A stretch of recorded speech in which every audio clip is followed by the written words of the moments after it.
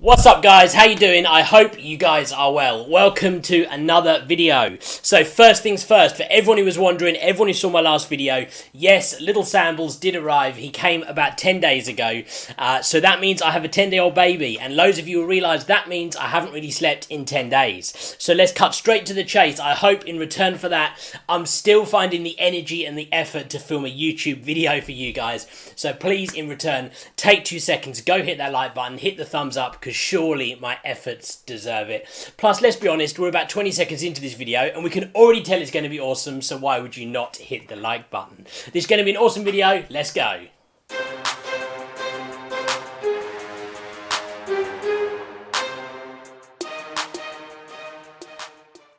So, how many of you guys actually hit that like button pre-intro, hey? I appreciate you guys for doing it. Thank you very much. Don't forget to subscribe if you are new. Loads of other videos on my channel and loads more videos to come. But today, we're talking about a topic that is essential, not just for a sports photographer, but for pretty much any kind of professional photographer. Whether you guys are shooting events, weddings, sports, whatever it might be, chances are you will need to be working with more than one camera. In particular for sports, that means that one of those cameras is going to be a long lens, which you will probably have on a monopod.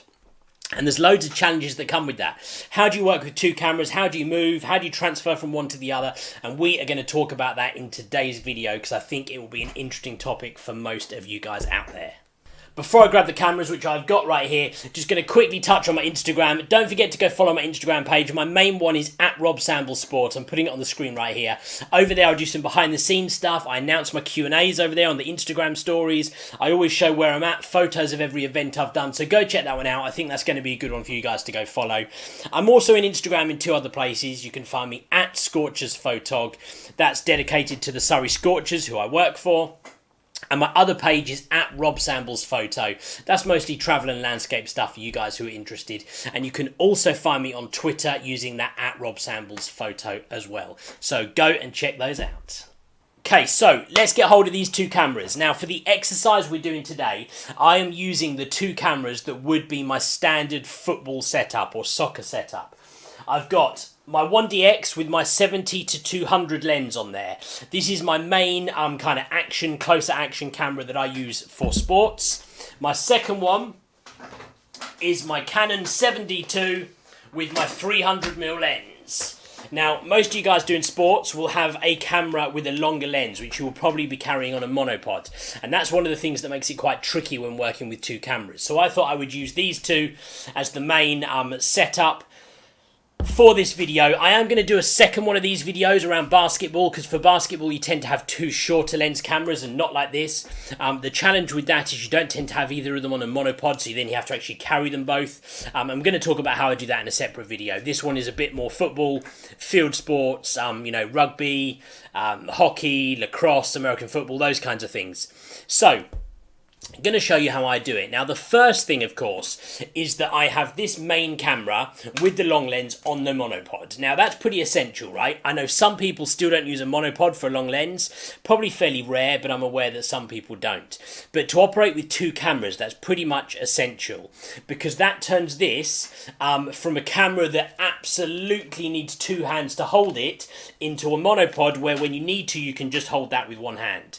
And that's probably the biggest, most important thing when you're going to work with two camera bodies, is you need the ability to transfer this to just one hand, or even no hands, which we're going to talk about in just a second. Your second camera maybe is either going to be loose or it might be on a strap. Some people carry this one on a strap around their neck, some people on a sling strap, some people, like myself, will have it on something next to me or on the floor in front of me. I don't personally have it on a strap. So long as you are quickly able to get hold of it and bring it up to your face, really that's all that matters. It doesn't really matter where you have it in between. For me, that one is more of a personal preference. So, first things first, right? You're going to be using your long lens. You're going to use this one first, 9 times out of 10, because the action will be further away from you, right? And as the action moves more towards you, that's when you're going to need to get to your wider lens setup. So, my personal approach, I'm using my long lens, shooting the action further away from me, and when I need to, I bring this into my shoulder, round my elbow, so I've now got this monopod locked here, and I pick up my second camera. What that does is that enables me to have two hands free so that I can control the zoom ring, I can balance the lens, and I can shoot. Now, what you'll notice I do, I literally, if depending on how tall you are as well, you can actually get this height so it tucks behind your shoulder, and you can see literally my head now is up against this lens. And when I bring this one in, I'm literally almost shooting alongside, parallel with them. If I turn, they both turn. As we come back, they both come back. And that's how I shoot with the second one. I hold this one here, I bring up this one, and I'm shooting the action. When I don't need it anymore, this one goes down, I'm back to this one, and I'm good to go. Simple as that. Now, where one of the challenges comes with this is when you're at this kind of angle and the action moves off to your left, as in the action goes over here somewhere, because now you're trying to kind of almost go right over there, and it makes it harder when you've got this on your shoulder. Now, what I tend to do is I almost duck a bit lower and I go underneath the lens. So if you watch what I mean, I'm shooting here and the action disappears off this way. So I literally will go down and shoot underneath the lens. I'm shooting this way and then come back up, down, and we're good to transition back to the big lens. That's how I tend to do it. It's pretty much as simple as that, right? Now, there are a few tips that make it a bit easier. So I'm just going to look at a quick couple of the tips right now.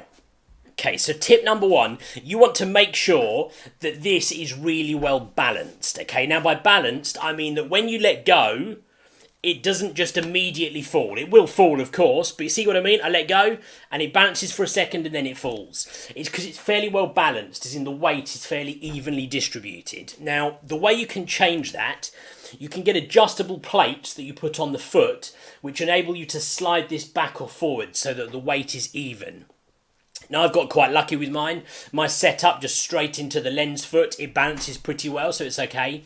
But what that enables you to do is when you let go and you lock it into your arm, it's not fighting against you. It's not trying to fall over in front of you or fall back over your shoulder. It roughly stays where it is, so long as I've got a little bit of tension on here with my arm and with my elbow. So making sure that this is well balanced is going to help you with this a lot. That would be tip number one. Tip number two would be to make sure you've got a decent monopod for this lens. Now, when I say decent, it doesn't have to be expensive, but you want one that's fairly sturdy. You want one that's fairly thick, one that isn't going to bend, and one that isn't going to wobble all over the place. Now, I did a video on monopods. Go check that one out if you want to. I'll link that one at the end of this one for you, so if you watch this one, you can go see that one afterwards. Sturdy monopod is just going to make this a lot more solid, and when you've got it, you've really got your arm wrapped around something there. It's like about 2-3 inches thick, even maybe. Really solid, really holds it in there. That's going to be an important thing to make this easier for you, is a solid monopod. My third tip would be make sure you get this at a good height. Right now, of course, your most important thing is that it's at a good height for shooting, but ideally if you get that height so that when you're sat upright it's at your shooting height, chances are when you duck down ever so slightly, it means you'll be able to get your shoulder under here, and if you can do that and you can get your head against it and your arm round it, it really locks this solid. And you can kind of watch, I can almost turn like all the way around and it's moving with my head, so when I've got this camera in here, it almost just becomes one whole unit that moves, and it makes it a lot more solid. Now, my fourth tip sounds stupid, but it's really important, right? And I talk about this a lot, is practice. Go and practice doing this. Go sit in your garden, practice switching from one to the other. Go shoot some sports that doesn't matter, like a local park or something. Practice with it, practice, practice, practice. It will make it easier for you to do. Other things will help, of course. I talked about making sure this is close. Whatever your preference is, but you want this to be close. You don't want to be having to leave this and be right over here to get it, because otherwise it's going to be really hard. If you can just lock yourself in and you can just grab it wherever it is, makes it much easier to transition between the two. And that's pretty much it, guys. That's how I shoot with multiple camera bodies. In some circumstances, you might even have three. Some sports, like I know you guys who shoot American football, you'll quite often have three because you need a real wide angle as well. I often will have three for football too, a real wide angle with me or perhaps a remote. But with that, you might want to strap around your neck or something like that, and you can literally then transition. It's the same process, right? But instead of grabbing one camera, you grab the other camera, and this one on the monopod stays the same. So it's roughly the same system. The only difference would be if you don't have one of them on a monopod. We'll talk about that in a separate video because that's very much a normal basketball setup. The other restriction there being that you're often sat on the floor, so you don't have quite the same level of movement and same level of control.